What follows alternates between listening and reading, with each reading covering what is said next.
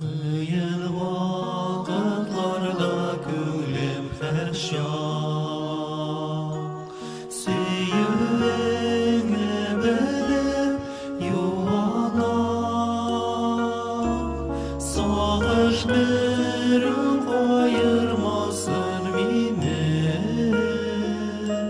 Siğa ümitlenüde Allah. Rahmet Hak Teala'm durmuşuma, iman ümit süyüp birgemge,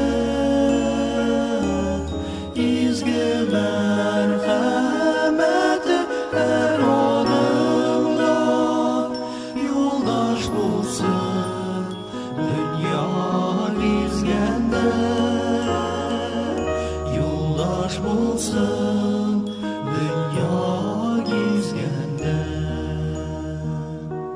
Şefkatçi anağı bulup Allah, susadan canıma olasın. Rahmet sima koyrulardan sakla, Şemden otlap borasın. Rahmet Hak Teala'm durmuşuma, iman ümit süyüp birgemge, izgi merhameti her adımda yoldaş bulsun dünya izgende. Yoldaş bulsun dünya izgende.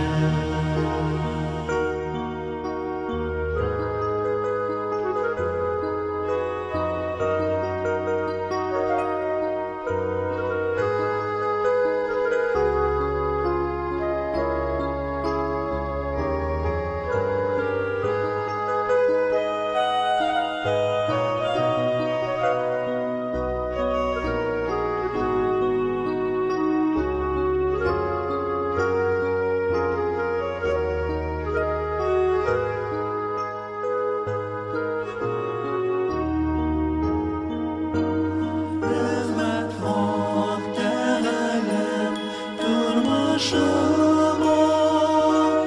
iman ümit süyüp birgemge,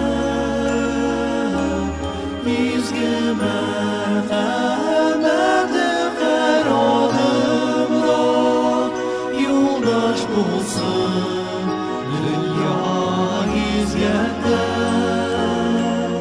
Yoldaş bulsun dünya izgende. Rahmet Hak Teala'm durmuşuma,